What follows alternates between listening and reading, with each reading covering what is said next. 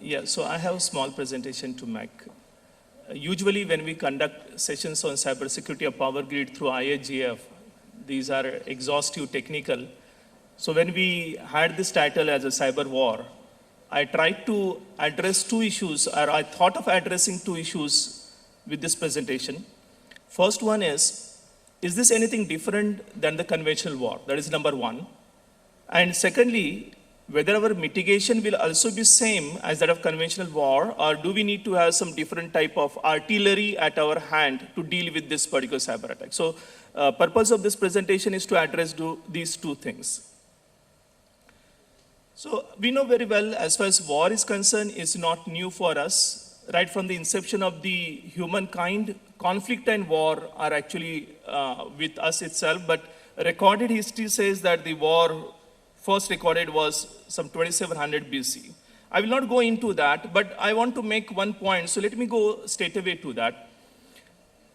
As far as evolution is concerned for warfare, this is some interesting thing, because when the topic was given to me 15, 20 days back, I was thinking about this, how can I relate this with the traditional warfare? Because people used to differentiate between kinetic aspect of the warfare and non-kinetic aspect of the warfare, and that's how they used to differentiate cyber war till now. So when I started looking at it, how the evolution has taken place, I got to know a very interesting part. And then I could relate very well about the Stuxnet attack, about the Ukrainian attack that we every time talk about. So just be patient for 2-3 minutes. The slides are actually having some kind of relationship in terms of evolution. The first way by which we used to get engaged with our enemy is without any weaponry as such. So we used to have body blow in typical Indian context, we used to call it kushti, where we used to have only weapons as our hands, legs, etc. So we could attack our enemy at the distance of couple of feet itself. Then slowly, as we started having sophistication, weapon in the form of sword started coming in.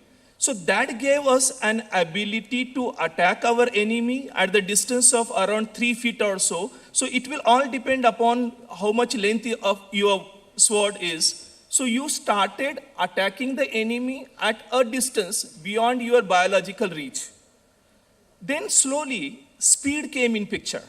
So just understand how the evolution is happening. So I'm trying to attack my enemy at a distance. At the very same time, I want to attack my enemy at the speed. So people started using horses. So those who know the history, Atilata Hun and all those people in European wars, etc., they used to conquer those because of the speed that was provided by horses and other animals that they used to have. So ability of attacking the enemy at the distance and at the speed is actually a deciding factor. The third one was combination. So to increase the speed, rather than having something which I can hold in my hand, I could have arrows which I can actually impact from even more and larger distance. Then came the rifles, then came missiles, we can say, and then came fighter planes. If you see what is happening in this entire evolution is, you are trying to attack your enemy at a distance, at the speed, and then the third component and the last component came, that is submarine. That is to provide some kind of deception capabilities. So if you have seen the evolution of traditional warfare, what we are actually focusing is only on this three main aspects. Can I attack my enemy at a distance? Can I attack it at the speed? Before that enemy could recognize and retaliate, I should have done that attack and came out. And the deception by which my enemy is not in a position to identify who was the attacker. So if you see the way in which this evolution is taking place, then I can list it down, the effective elements of the warfare. So as I was highlighting, the ability to harm the enemy from the distance, create massive impact. So nuclear submarines that we talked about, speed of attack, deception or steal to avoid retaliation, and most importantly, because all those wars which happen for a purpose called as power projection, my ability to create impact outside my territory. Now that is very much important when you talk about cyber attack, because it's a borderless war and I am not having boundaries defined as such. So if you talk about power projection, there cannot be anything better than the cyber war. So if you agree to all those aspects of the evolution of the war, then please welcome this picture, which is very iconic, which has defined the critical infrastructure security, cyber war. And as I was referring, this was the incident when people started understanding ability of kinetic purpose in the warfare itself. Because till now, this cyber war used to be thought of the soft war, where people used to infiltrate into some kind of opinion building. People used to infiltrate into some network wherein they can actually influence the voters and the elections can be manipulated. So till now, people used to look at the cyber warfare as a non-kinetic. This was the first one when some physical damage happened in the Iranian nuclear power plant, which is very well celebrated and very well, we can say, academically as well discussed in various forums. If that is the case, just have a look at some statistics of the Stuxnet, and then you will relate this to the evolution of the cyber war. 1 year in the wild undiscovery, because it didn't happen overnight. A lot of reconnaissance was happening before this Stuxnet attack happened. People were knowing exact make of PLCs. People were knowing exact make of VFDs. People were knowing exact operating systems and the versions which was deployed in that nuclear power plant. So reconnaissance happened for quite some time. Nobody was knowing. So if you talk about deception aspect of this, then this is the best example of the deception. If you talk about the very precision, if you talk about the surgical warfare, then there cannot be better example of Stuxnet for the surgical warfare, because it was very precisely, very meticulously planned with only those devices, with only those equipments which were connected in that nuclear enrichment facilities which were impacted. Around 1,000 centrifuges were burned out as part of the Stuxnet. And if you talk about impact, then 2 nuclear enrichment facilities got impacted, out of which one was entirely required to be closed down. The other was severely hampered, and nuclear enrichment program of the Iran was required to be shut down. So if you are actually trying to map effective elements of the warfare, then you can very well map this to the Stuxnet. And then if that can happen on Stuxnet, then as Andrew was talking about, why would my utility be under attack? So the answer is, it's now part of the cyber warfare. It's part of the game where nation states, rogue elements are involved. And it's not just a power sector which is actually under attack, but almost all critical infrastructure. You are having ample of examples where these critical infrastructures are under attack. Oil and gas, we have seen recently what has happened on Aramco, where rogue drone attack was performed. And we have seen how it impacted actually the production of that particular oil refinery. Water and wastewater management, there is a very nice example where ransomware attack happened as a demonstration case, technology demonstrator. Transportation is something which is now becoming very much important when you talk about smart cities, where people are trying to integrate this e-mobility and transportation together.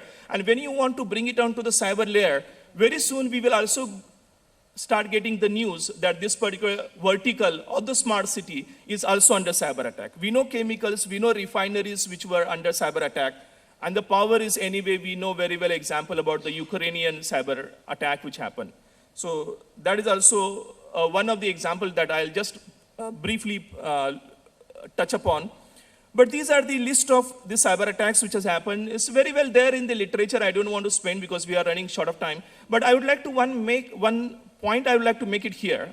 A very recent news, you can also Google it down afterwards, that because of its visibility and some kind of dynamics which is involved in that geographical region, Stuxnet is something which is actually discussed everywhere.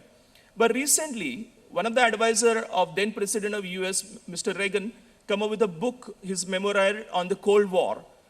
The first reported industrial control system, SCADA cyber attack, actually happened in 1982 with Trans-Siberian gas pipeline. So in that case, that was a Cold War era between US and then Great Soviet Union. So CIA tricked actually for the Soviet Union to purchase a particular SCADA software, which was having a planted flaw, planted backdoor, and a massive explosion occurred in that Trans-Siberian gas pipeline, to the extent that the fire that it caused, that attack caused, was even seen from the space. So although we are actually discussing a lot about Stuxnet, a lot about Ukraine power grid, because these are all there in the literature, but there are many cyber attacks which has happened which are not reported because of some or other strategic reasons. But what is important, as Andrew also had talked about, is each and every critical installation is under cyber attack. We may not be knowing it, but it is there on the radar of somebody else. They may be nation state, they may be a rogue element as well. So with this, I would like to highlight a last part. So having understood that we are not talking something very much sci-fi or science fiction kind of thing, that cyber war is very well on unveil and we will be expecting very soon many such attack. It is there, it is part of our cyber war itself. So what should we do as far as security is concerned?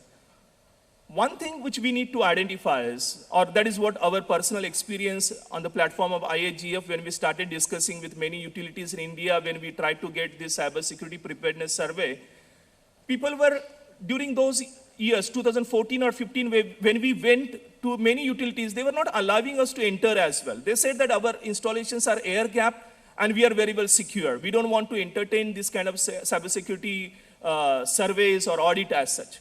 Today, the situation is everybody is accepting. Now the problem is something else. Now problem is everybody is accepting that air gap is myth. We are not secure.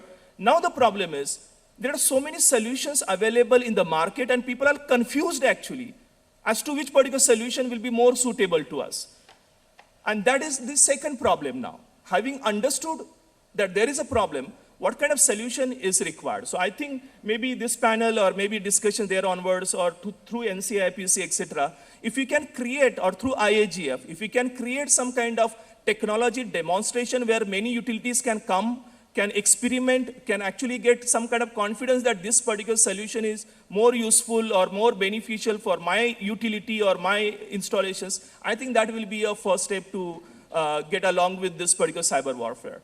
So one thing that I just wanted to highlight, because this slide actually takes a lot of time, please differentiate between the cybersecurity solutions which are used for IT security and cybersecurity solutions which are used for OT security. Because for OT, SCADA, industrial control system, etc., they need a real-time solution. Latency is the most important one. You cannot rely on high-end encryption standards like AES, DES. You cannot have just firewalls because your industrial control system uses legacy firewalls, so protocols which are actually proprietary in many of the situations. So please try to give a thought when you try to secure your installations. Do not get to the solutions which may not be giving you 100% security cover. And one more important thing is the depth in defense is what is most important in case of OT, because we are having systems which are legacy, 50 years old most of the times. So one solution may not be having entire kind of approach for your cybersecurity installations. What you need to look in is a depth in defense. Various solutions are required to be added together. So with this, I end, and thank you very much. We will have some kind of question answer followed by this.